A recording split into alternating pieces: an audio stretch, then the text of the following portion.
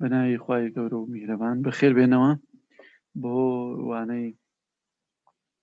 کۆتاییمان لە مێژووی تورکیا هاوچەرخ لە هەفتەی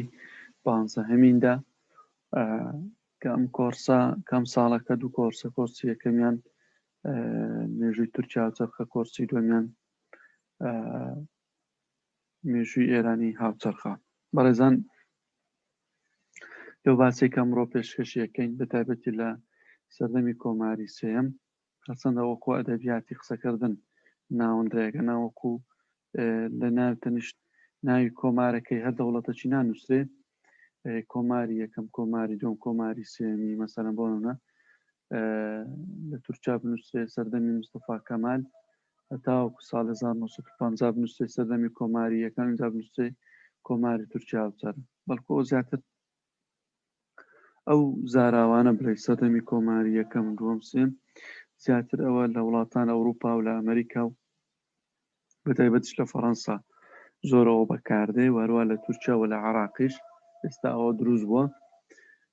تەنها وەکو قۆناغێک ناوەندرێ ئەڵێ کۆماری یەکەم یان قۆناغی دووەم.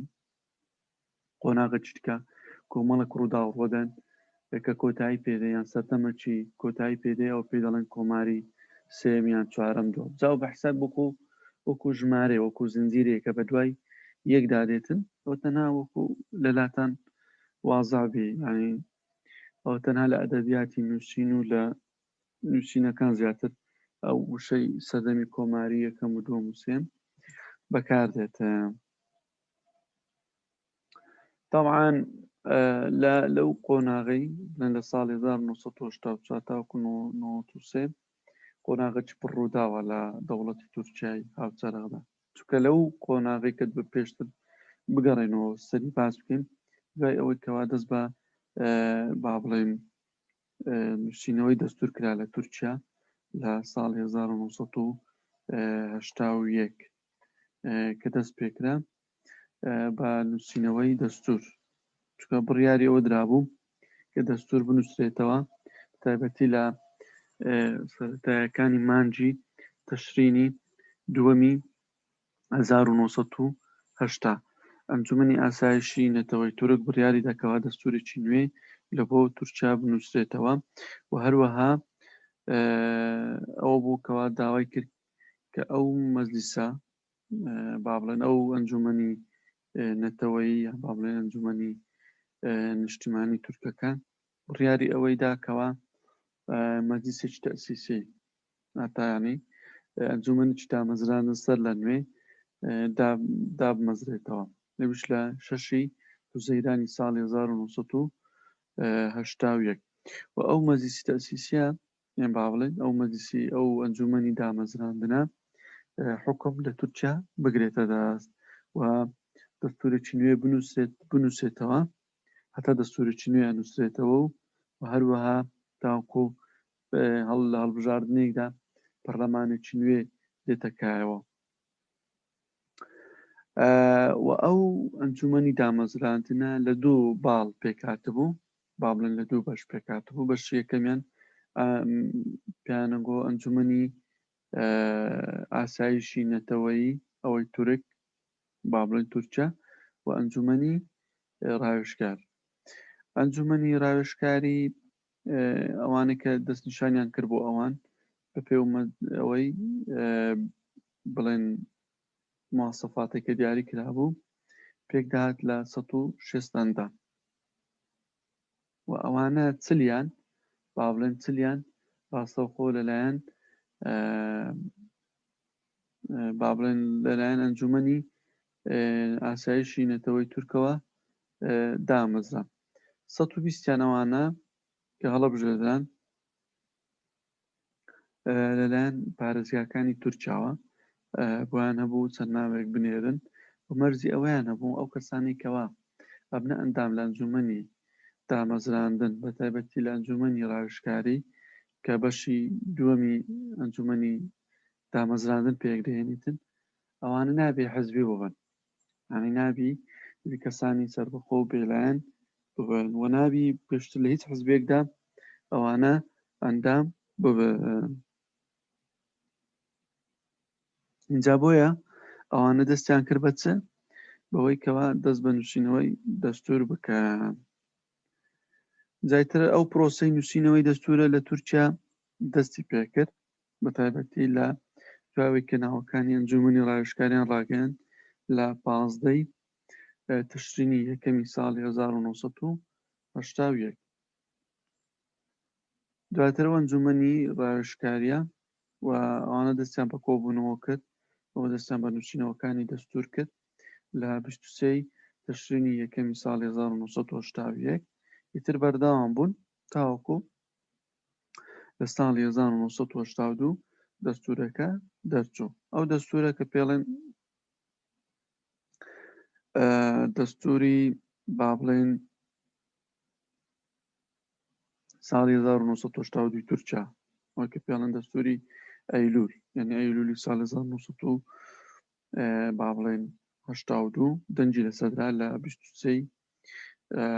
با بڵێن ئەیلولی ئەفەن لە 19 تشرینی یەکەمی ساڵی 1982 ئەو و طبعا کۆتایی پێهات لەو کاتی و لە هەفتی تشرینی دووەمی 1982 خرایە دەنگدانی گشتی و تقریبی ینی 97 لە سەدای خەڵکی تورکیای 91 لە سەدای خەڵکی تورکیای دەنجی لە بۆدا 91.37. ئەو دەستوری تورکیای چی تێدا بوو ساڵی 1982 یەکەم ئەو ئەنجومەنی پیران و نوێنەرانی هەڵۆشاندەوە وەکو لە بەپێی دەستوری ساڵی 1970 لە تووشی هاتبۆکایەوە و هەروەها بەستەنها ئەنجومەنی وەکو ئێستاکە پێ دەڵێن ئەنجومەنی نیشتیمانی گەورەی تورکیا ئەوەی هێشتەوە و هەروەها دەسەڵاتەکانی سەر کۆماری زیاد کرد و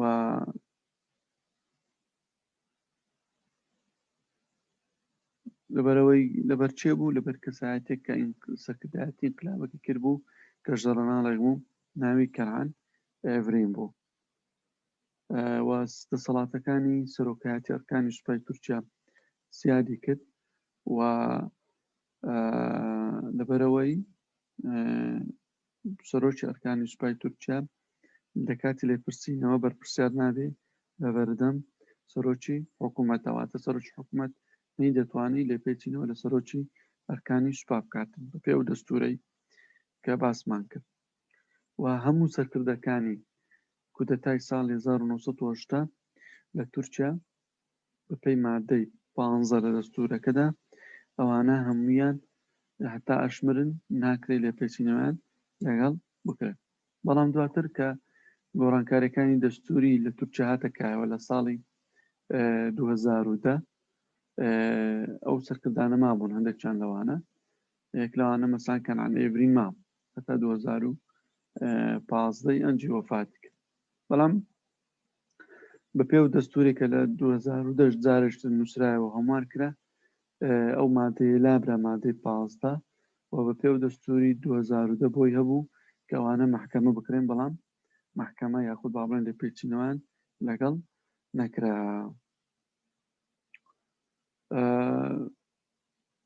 ئەمە بەو شێوەی و هەروەها ئەندامانی سوپا و ناکرێت لە دەستگاکانی مەدەنی لە پێچینەوەیان لەگەڵ بکرێت بە پێی دەستوری ساڵی 1982 و هەروەها لەو دەستوری ساڵی 1982 با بڵێن هەموو دەسەڵاتەکانی با بڵێن هەموو مافەکانی مرۆڤ مافەکانی ئازادی رادەڕبرین ڕۆژنامەگەری ئەوانە زۆر پێشێل کرابن لەبەرەوەی ئازادی بیرروڕا و ئازادی دەربڕین و ئازادی نووسین و بیرکردنەوەی زۆر سنووردار کردبوو. طبعا بەپێی زۆر لە لێکۆڵنەوەکانێک لە دەستورە هەرە باشەکانی کە لە بۆ تورکیا کە پێیان پەسەند ساڵی 1920 ئەو نادواتر ساڵی 1961 پیان ئەو دەستورانە پیان دەستوری نەرم بووینە ئەین دەستوری ڕق نەبووینە وەکو ئەوەی ساڵی 1982. طبعا جاو دەستورە زۆر کێشەی لەسە بوو بڵێن هەتا دوای 30 ساڵ اینجا دوای 28 ساڵ لە ساڵی 2010 اینجا بە تەواوی بەشێکی زۆری هەماکرا دواتری با بڵێن لە ساڵی 2016 بە تەواوی ئەو مادانێکەوە هەبوو تێدا بەشێکی زۆریان لابرا کەواتە ئەو گۆڕەکارە دەستوریانەی کە لە تورکیا ئەوە هەنگاوێک بوو بۆ ئەوەی کەوا چکە یەکێک لە کارەکانی نووسینەوەی دەستور لە تورکیا کە باسمان کرد گەڕانەوەی حکوومەت بوو چکە تا ساڵی 1983 و بڵێکە کەنان ئێڤرینش کە بۆ سەرۆک کۆمەڵ لە ساڵی 1982 بۆ ماوەی 7 ساڵ کە دیاری کرا لەو کاتەوە دیاری کرا بڵێن لە ساڵی 61ەوە کە سەرۆک کۆمەر بۆ 7 ساڵ هەڵەبژێر بێتن ئەو مادە مایەوە و ئەو ڕاستەوخۆ لە 1982 بۆ سەرۆک کۆمار طبعاً پێشتر سەرۆک بوون بەرەوەی سەرۆکی ئەرکانی گشتی سوپا بوو و لە هەموو دەسەڵاتەکان لەو چۆرە بەرەوەی سەرۆک کۆمار و سەرۆک حکوومەت و ئەوانە نەمامون مەسەتەنا حکوومەت وەزیرەکانی هەبوو کە لە ڕێی ژۆرناڵەکان ئەوانە کاروباری حکوومەتی تورکیان بڕێوا بە جا خولاسەن ئەو بۆ سەرۆک کۆمار و بەڵام لە هەمان کاتدا سەرۆکی ئەرکانی گشتی سوپاش بوو هەتا تەموزی ساڵی 1983 دەستی لە سەرۆکی ئەرکانی سوپا بەرنەدا ئیترکە کۆتایی بڵێنکەوە بوو هەر بە سەرۆک کۆمارمایە تاکو ساڵی 1989 کاڵبژاردن کرازارێشتر لە تورکیا با بڵێن لەو کاتەدا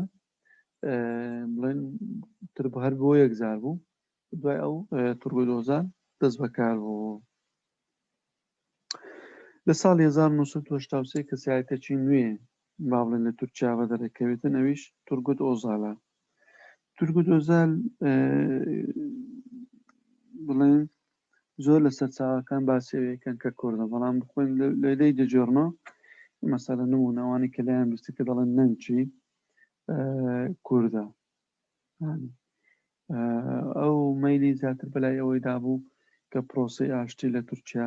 بچەسپێتن و بە تایبەتی لەگەڵ کورد با بڵێن کرانەوەیکی زۆر زۆری هەوە هەرچەندە ئەویش پرۆژەیە و بەڕاستی بۆمان لەبیر نەچی پرۆژەی نیوە عوسمانیەکانی هەبووە تا عوسمانی نوێیەکان کە بگەڕێنەوە لە بۆ ئەو سنوورانی کە پێشتر لە دەستیاندا بوو یەک لەوانەش ویلایەتی موسڵ طبعاً جا لەو کاتەوە با بڵێن کە جارێشتە دوای دەستوری 1982 کە نووسرایەوە بە پێی ئەو دەستورە یاسایەک دەرچوو یاسای پارتە سیاسیەکان لە تورکیا کە لە 25 نیسانی 1983 بڵاو کرایەوە لەوێ بڕیاردرا کە کاتێک دابنرێ بۆ هەڵبژاردنەکانی تورکیا و لە 6 تەشرینی دووەمی 1983 هەڵبژاردن کرا زەرەو کاتیەوە دامرا کە دەبێ هەر حەزبێک سەتادەی کۆی هەموو سەتادە لە کۆی هەموو دەنگەکانی تورکیا بەدەست بینیتە لەسەر تەواوی وڵاتەکەی لۆی کە بتوانی بچێتە پەرلەمان چەند حزبەچکە دروست بوونەوە طبعاً پێش ئەو هەڵبژاردنەی لۆی کە داخل لە هەموو حزبەکان بۆ زانیاری دوای کودەتای ساڵی 1980 هەموو حزبەکان دوای ساڵێک بە تەواوی ساڵی 1980 هەموو حزبەکانی تورکیا هەڵەشێنرانەوە و زۆربەی ئەوانە هەموویان بەشێکی زۆریان هەتا کاری سیاسیان لێقەدەغەکرا مەسەڵەن بۆڵەتە جەوید کە سەرۆکی پارتی گەلی کۆماری تورکیا بوو نەجمەدین ئەربەکان کە سەرۆکی پارتی سەلامی تورکیا بوو و حزبەکانی دیکەش مەسەلەن نمونە ئەوانە هەموو با بڵێن کاری سیاسییان لێقەدەغەکرا بۆ ماوەی چەندین ساڵ ئینجا لێرەدا چەند حزبەک دروست بوون وەکو حزبی دیموکراتی نەتەوەی بە سەرۆکایەتی تورگوت سۆناڵپ لە 16 ئایاری 1983 حزبی دایک دروست بوو حزبی دایک هەم پێ دەڵێن حزبی نیشتیمانی دایک ئاناپا یعنی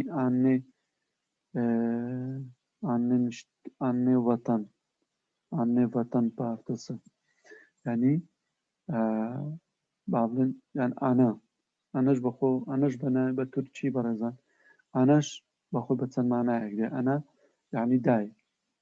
ئەنا یعنی سەرەکی ئەنا سایفە یعنی لاپەڕی سەرەکی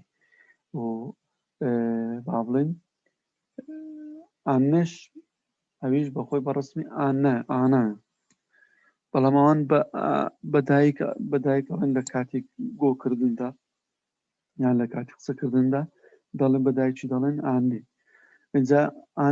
ئانە پارتێ ینی با بڵێن پارتی نیشتیمانی دایک ئانە یعنی دایک بەخۆی یان سەرەکی با بڵێن یان یەکەم ئانە پارتیان با بڵێن پارتی نیشتیمانی دایک بە سەرۆکایەتی تورکۆت ئۆزال بۆ تورکیای بۆ پارتش کەس دەزوو بەناوی پارتی تورکیای مەزن بیوک تورک پارتسە ئەوش بە سەرۆکایەتی عەلی فەتحی ئیسینیر و پارتی گەل هەڵک پارتە ئەوش بە سەرۆکایەتی نەجدەت چاڵب و پارتی دیموکراتی کۆمەڵایەتی دروستبوو لە تورکیا بە سەرۆکایەتی ئەرداڵ ئینونۆ ئەوە کوڕی عوسمەت ئینونۆی بوو ئەرداڵ ئینونۆ و پارتی ڕێگای ڕاست دروست بوو بە سەرۆکایەتی ئەحمەد نوسرەت تونە پارتی پارێزگار دروست بوو محافز پارتسە بە سەرۆکایەتی محەممەد باماک و پارتی ڕەفاه دروست بوو بە سەرۆکایەتی عەلی تورکمان ئەوانە ئەو پارتانەکە دروست بوون لە ئایار هەتاوەکو تەمموزی 1970 جایتر ئەوانە با بڵێن چوونە انتخابات لە انتخاباتدا کە لە 399 کورسی با بڵێن پارتی نیشتیمانی دایک 211 کورسی بەدەستینە واتە ڕێژەی 45.1 دەنگەکان ئەو کاتی بڵێن 7,833,000 دەنجەکرد اینجا پارتی گەل بڵێن ئەوە کە باسمان کرد پارتی گەل دروست بوو با بڵێن ئەویش 117 کورسی بەدەستینە 180 دەنگەکان و پارتی دیموکراتی نەتەوەیی 71 کورسی 23.3 دەنگەکانی بەدەستینەوە سەر بەخۆکانیش 1,195,000 دەنگ اینجا لێرەدا با بڵێن ئەو حکوومەتی تورکیا جارشکە دروست بووە بڵێن بە هەڵبژاردن تەوان دوای ئەوە لە ساڵی 1984 گۆڕانکاریەکی گەورە لە تورکیا هاتەکایەوە ئەو گۆڕانکاریە چ بوو ڕوودانی شەڕی چەکداری بوو کە لە کوردستانی باکوور لە دژی دەوڵەتی تورکیا هاتەکایەوە ئەوە یعنی بۆ سەرەتایەک لە گۆڕانکاری لە ناو خۆی تورکیا بە تایبەتی لە ڕووی سەربازی و لە ڕووی سیاسی و لە ڕووی ئابووری و لە ڕووی کۆمەڵایەتیشەوە بەڕاستی ئەگەر بڵێن وەکو قەڵەمبازێک یان با بڵێن وەکو وەرچەرخانێک بوو لە مێژووی سیاسی لە تورکیا چکە لە دوای شۆڕشی سەید ڕەزای دێرسێم شۆڕش شێخ سەعیدی پێران کە نزیکە بۆ لە 80 ساڵ هیچ با بڵێن بەرەنگاربوونەوەیەکی چەکداری یان سیاسی لە ناو تورکیا بەدی ناکرا بە تایبەتی لەلایەن نەتەوەیەکی جیاوازەوە ئێمە لە دەرسەکانی ڕابردوو باسمان کرد کە شەڕی چەپەکان هەتا گەیشتە ناو شەقامەکانی تورکیا شەڕی چەپ و ڕاستڕەوەکان لە تورکیا لە ساڵی 1960 هەتا هەفتە لە هەفتە تا 1980 واتە لە ماوەی ئەو 20 ساڵی توندوتیژیەکی زۆر گەورە لە شەقامی تورکی هەبوو اینجا لە بۆیە لێرەدا باسی ئەومان کرد بەڵام لەلایەن نەتەوەیەکی جیاوازەوە نەبوو وەیە بەشێک لە کوردیش لەناو ئەو حرەکە چەپەیدا بوون یان لەناو حرەکە ڕاستڕەوەکەیدا بوون بەڵام بە ناوی کورد نا یعنی با بڵێن بە ناوی ڕێکخراوی کوردستانی نا بەڵکو بە ناوی کەسیان با بڵێن وەکو ئینسان لە بەتایبەتی ئەو خوێندکارانی کە لە زانکۆ بوون دائیمەن ئەوانە بەرەو ئەو ڕۆتی مەسەلەن بێڕوڕایی جیاواز ئەڕۆ اینجا ئەو کێشەیە لە تورکیا بەردەوامی کرد بەتایبەتی کە لە 15 ئابی ساڵی 1984 کە لە مەنتقەی ڕۆحا یەکەم چالاکییان کرد پارتیکەرانی کوردستان تر ئەو لێەوە ئەو شەڕی با بڵێن چەکداری دەستی پێکردەوە تاوەکو ساڵی 1990 1993 دوای ساڵ 1993 کە بەڕەحمەت بی جەنابی مامزەلال لە 1993 بە هاوکاری زۆرێک لەو دەوڵەتانە بەتایبەتیش هەر خودی سەرۆکی تورکیا و کاتی تورگۆد ئۆزال یەکەم ئاگربەست لە شام لە نێوان بڵێن تورکیا و پەکەکە ڕاگەیەندرا کەوانی دەرفەتەکی گەورەی کردەوە لە بۆ ئەوەیەکەوە ڕێگەی ئاشتی دەرگای بەسەدا بکرێتەوە و ئەوە ڕووداوەکی زۆر گەورەی مێژووی بوو کە تاوەکو ئێستا لە تورکیا و لە کوردستان و لە جیهانیشدا باسەکرێت. ئەنجالەوان زۆر خەڵکیش بڵێن کاریگەریەوە بەتایبەت لەوانە کامەران قەرەداغی کە هەروە جەنگیز چاندار ئەوانە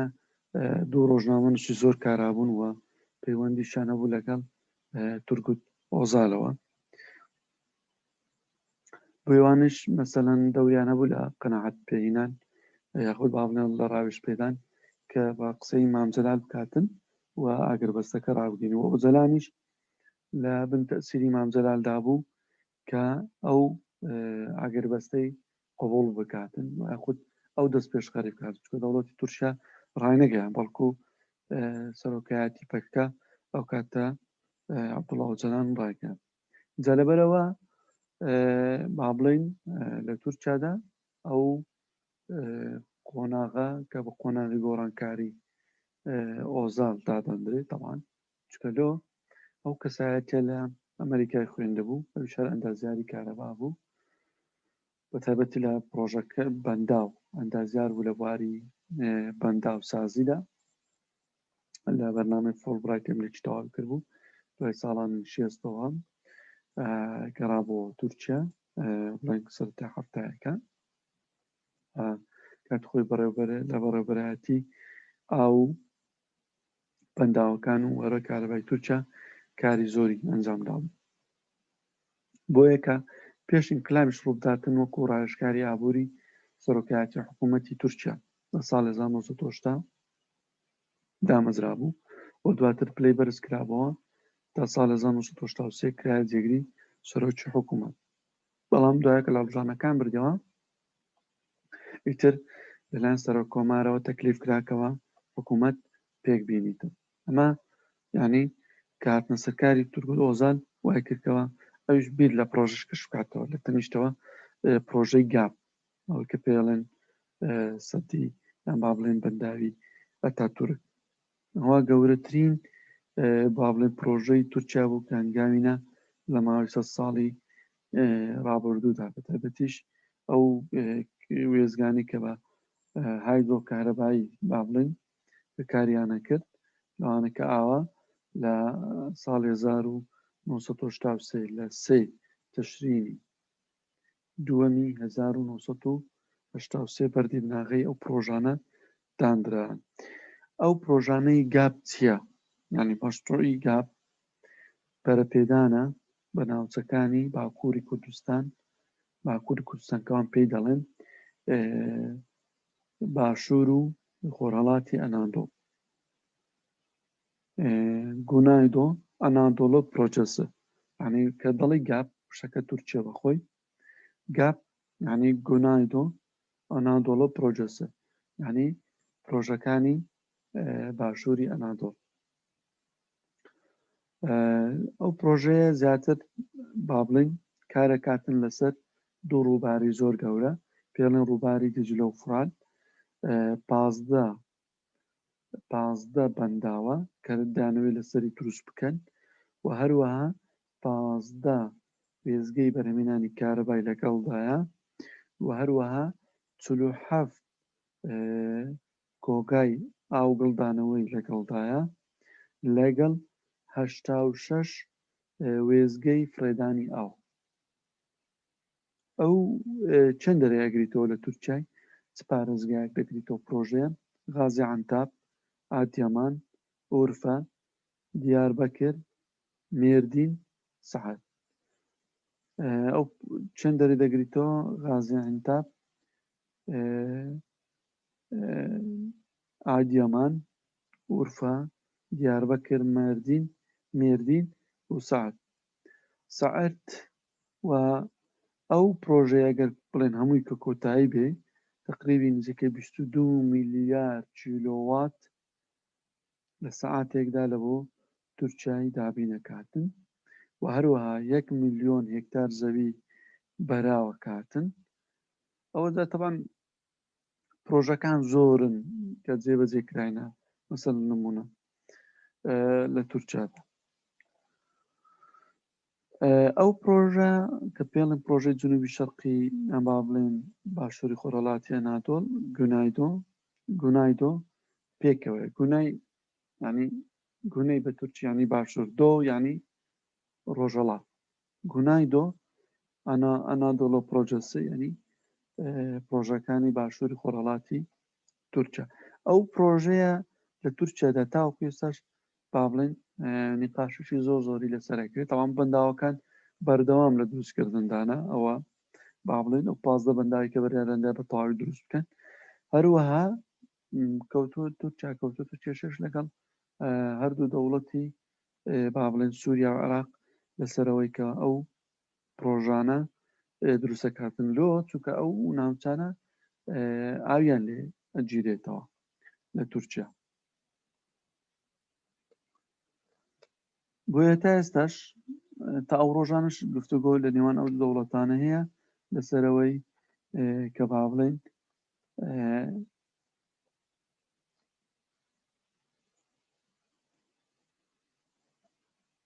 اینجا شتێکە هەیە لە تورکیا لەو ماوەیەدا بەپێی دەستوری ساڵی 1982 کە نووسرایەوە پێشتر لە تورکیا لە خوێندندا خێزانەکان دیاریانە کرد کە قوتابی لە قۆناغی 1 هەتا 9 بنەڕەتی ئێستا لەوێ ئەوان نییە بڵێن سەرەتای و ناوەندی و دواناوەندی و ئامادەیان هەیە و چیمیان تەخت نەکردێت. یعنی ئەوانیش ئێستاش بڵێن لە قۆناغی سەرەتای و ناوەندی لە تورکیا لە کاتی خۆیدا با بڵێن تا ساڵی 1982 خێزان دیاریە کرد کە با بڵێن ئایا دەرسی ئاینی بخوێنیتن تەڵەبەکە لە قوتابخانەی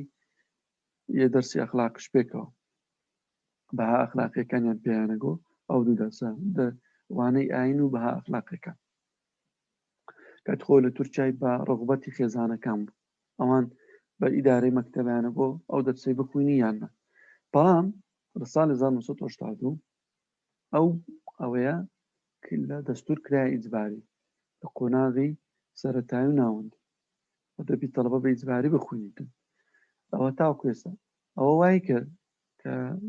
لە ناو تورکیا خێزانەکان زۆر ناڕازی بوون چوان دایان گۆمە وڵاتە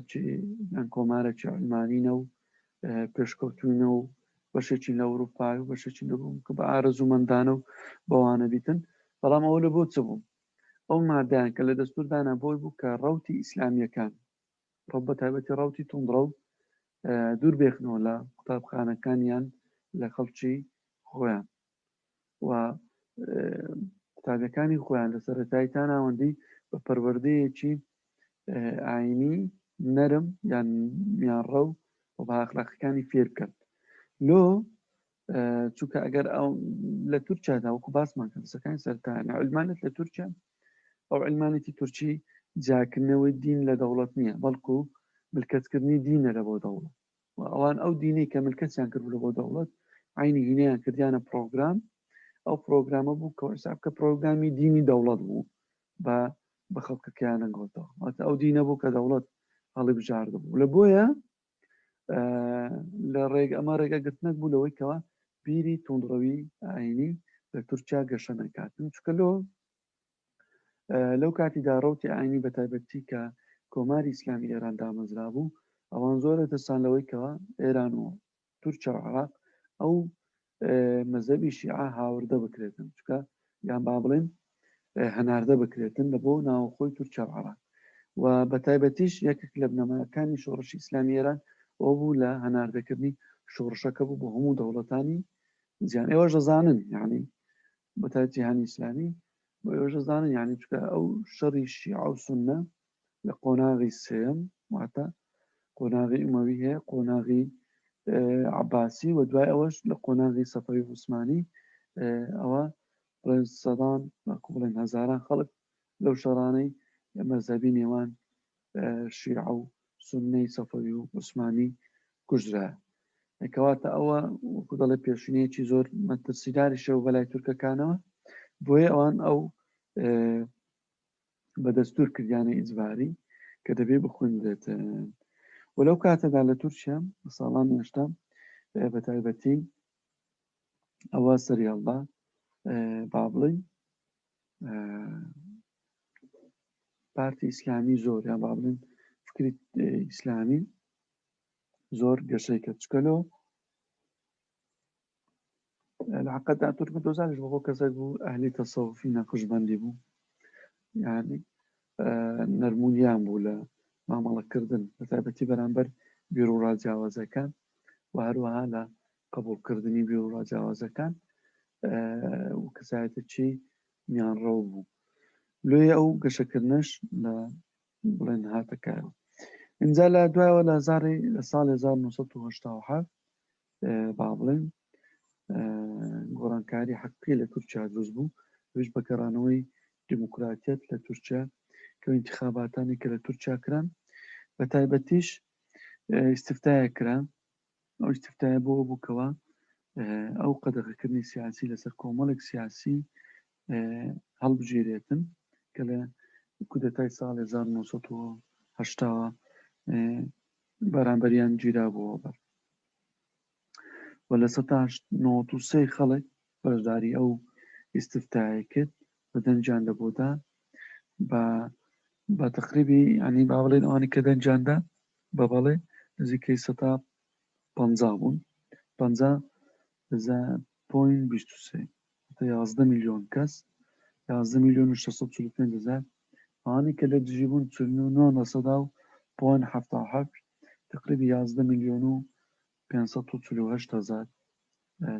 تقریبانی نزیکەی 130,000 دەنجان فەرق بوو لێرەدا دادەوەستین دەرسی داهاتوو ئەو وانەیەش تاوەکەین